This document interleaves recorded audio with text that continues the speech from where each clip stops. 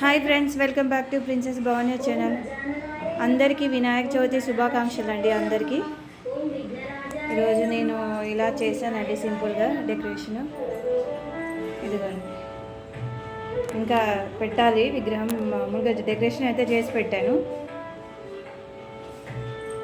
పీట అన్నీ వేసి పెట్టా. ఇక పత్రి ఇక్కడ ఉందండి, ఫ్రూట్స్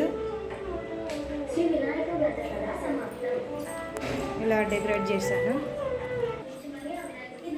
ప్రసాదాలు ఏం చేసినా చూపిస్తానండి. ఇది వచ్చేసి పాల తాలికలు చేశాను. ఇదిగోండి పాల తాలికలు.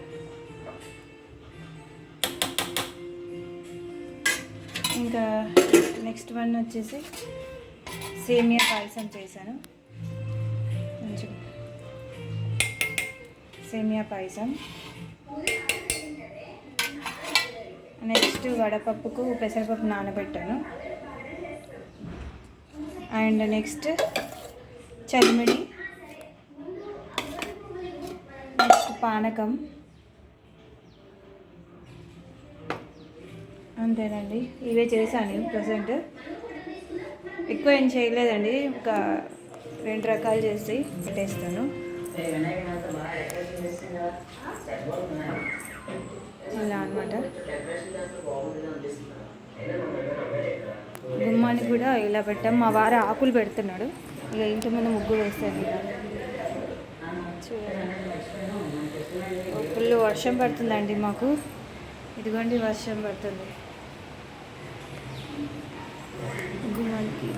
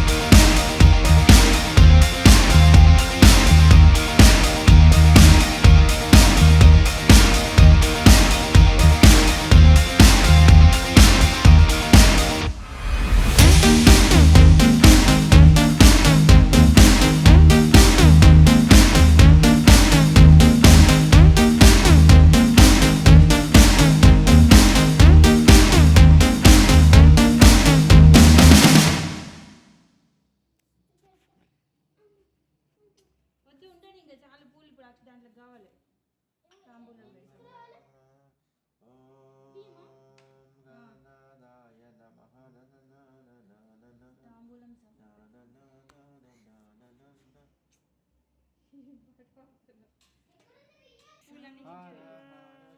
బియ్యం డబ్బాలో బియ్యం తీసుకునే గ్లాస్లో తీసుకోండి.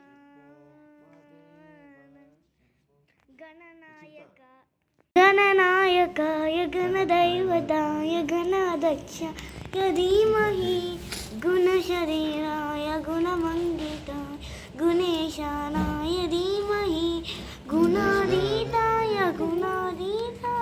गुणप्रविष्टाय धीमहि एकदन्ताय वक्रतुण्डाय गौरीतनयाय धीमहि गजेशानाय बालचन्द्राय श्रीगणेशाय धीमहि एकदन्ताय वक्रतुण्डाय गौरीतनयाय धीमहि गजेशानाय बालचन्द्राय श्रीगणेशाय धीमहि धीमहि वानचतुराय गानप्राणाय गानजगमरसे नुर्विज्ञपाक्षेत्र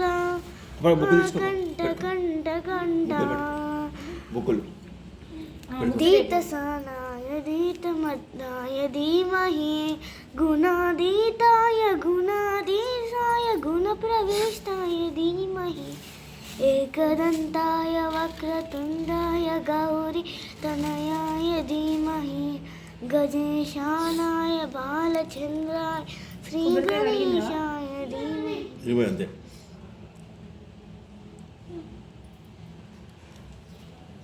నీవు అక్కయ్య తీసుకురా అటు పెట్టు అవి కిందికి పెట్టేసి నావి ఇటు పెట్టండి పైన పెట్టు ఆ ఫ్రూట్స్ ఇటు అటు పెట్టేసి ఫ్రూట్స్ ఇది లేకపోతే ఇక ఇటు ఇటు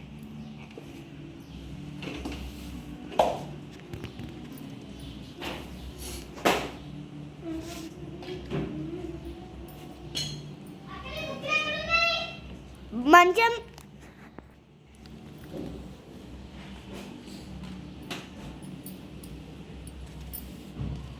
ఓం గణపతి శుక్లాంబరదం చెప్పండి శుక్లాంబరదం విష్ణు శశివర్ధం చతుర్భుజం ప్రసన్నవదనం జ్ఞానే సర్వవిఘ్నోపశాంతయే గజానన పద్మాంతం వాడు బేబీ నాకు రా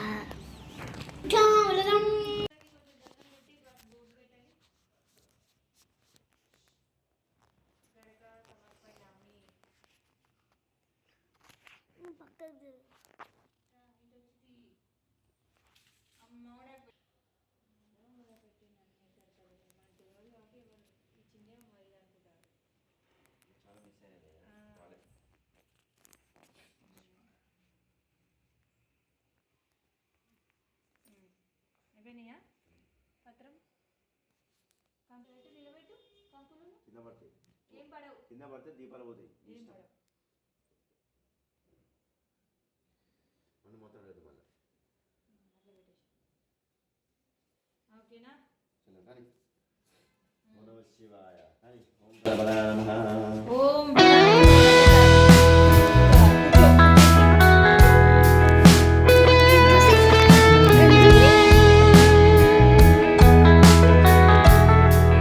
ఎప్పుడో లాస్ట్ గా పూర్వకాలం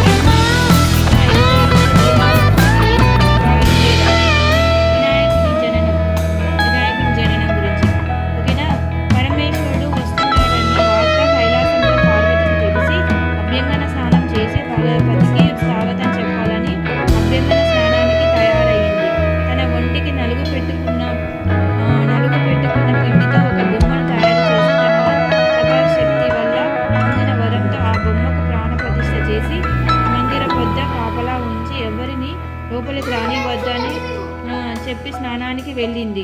గజాసురి నుండి విముక్తిని పొంది కైలాసానికి వచ్చిన శివుడు లోపలికి వెళ్ళబోగా గుమ్మం వద్ద బాలుడు అడ్డగించాడు. తాను ఈ కైలాసానికి అధిపతిని, పార్వతి భర్తని అని చెప్పాడు శివుడు. నువ్వెవరివైనా నాకు వెళ్ళడానికి వీలు లేదన్నాడు ఆ బాలుడు. వాద ప్రతిపాదనలు పెరిగాయి.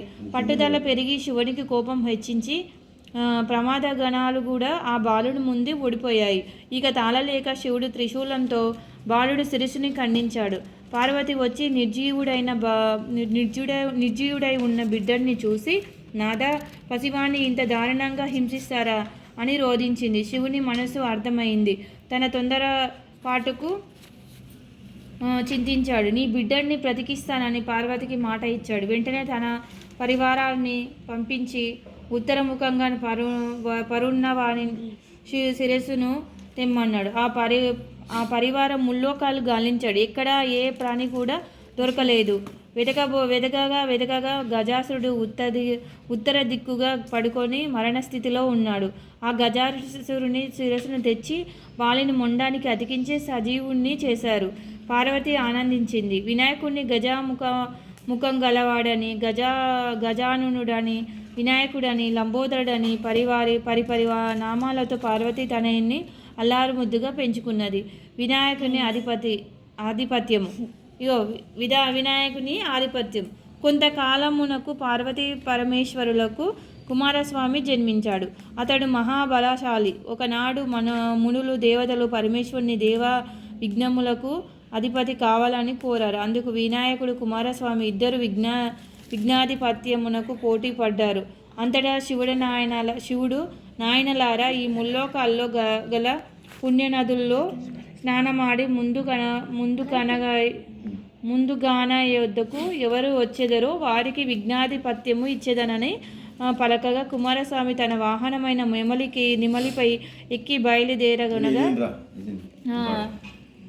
బయలుదేరెను. గజాసురుడు తండ్రి నా అసమర్థతను చాటుటకు ఇట్లు నాతియతగుణ అని వేడుకొనగా, అంతటా పరమేశ్వరుడు దయాళుడై సకృన్నారాయణుడు క్యాప్తపు మస్కల్ప క్షత్రియ గంగాది సర్వతి నిర్దేశు స్నాతో భవతి పుత్రక కుమార నారాయణ మంత్రమును ఒకసారి జపించిన వారికి ముల్లోకాలలో గల సమస్త నదులయందు స్నానమాచరించిన ఫలం కలుగునని చెప్పగా, ఆ గణపతి కైలాసమునే ఉండి నారాయణ మంత్రం జపించుచు తల్లిదండ్రులకు ముమ్మారు ప్రదక్షిణ చేయగా, కుమారస్వామికి తాను వెళ్ళే నదులకు గణపతి ముందుగానే వెళ్ళి స్నానాదులు ఆచరించి ఎదురు చూస్తుండేవాడు. తన అజ్ఞానానికి చింతించిన వాడే కైలాసములకు వచ్చి, తండ్రి, నా అజ్ఞానమును మన్నించి గణపతికే విఘ్నాధిపత్యమునొసంగవలనని వేడుకొనెను. అంతటా పరమశివుడు భాద్రపద శుద్ధ చతుర్థి నాడు గణపతికి విఘ్నాధిపత్యమొసంగెను. ఆనాడు సర్వదేశస్థులు విఘ్నేశ్వరుని తమ శక్తి కొలది కుడుములు, ఉండ్రాళ్ళు, టెంకాయలు, పళ్ళు మొదలగు భక్ష్యభోజ్యములతో యథాశక్తి పూజించారని విఘ్నేశ్వరుడు సంతుష్టుడై తాను భుజించి మిగిలినవి తన వాహనమైన మూషికమునకు ఇచ్చి, మిగిలినవి చేత పట్టుకొని భుక్తాయాసముతో కైలాసమునకు వచ్చి మాతాపితృలకు పాదాభినందనం చేసి సంకల్పించగా, ఉదరము సహకరించక నానావస్థలు పడుచుండగా శివుని శిరసయందున్న చంద్రుడు చూసి పకపక నవ్వాడు. గణపతికి కోపం వచ్చి తన దంతపు కోరను విరిచి చంద్రుని మీదకి విసిరాడు. ఆ దెబ్బకు ఏర్పడిన మచ్చ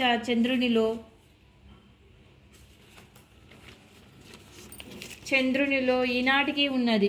ఆ ఆవేశంతో ఊసలాడుతున్న వినాయకుడు పొట్ట చిట్లింది. పాముతో బొజ్జను కట్టాడు. కుమారుడికి పరిస్థితికి పార్వతి ఉగ్రురాలే చంద్రుని చూసి, ఓరి చంద్ర, నీ కంటికి నా కుమారుడు అంత చులకనగా కనపడ్డా? అందగాడనుకుంటున్నా. నిన్ను చూసిన వారికి నీలాప నిందలు కలుగుతాయని శపించింది.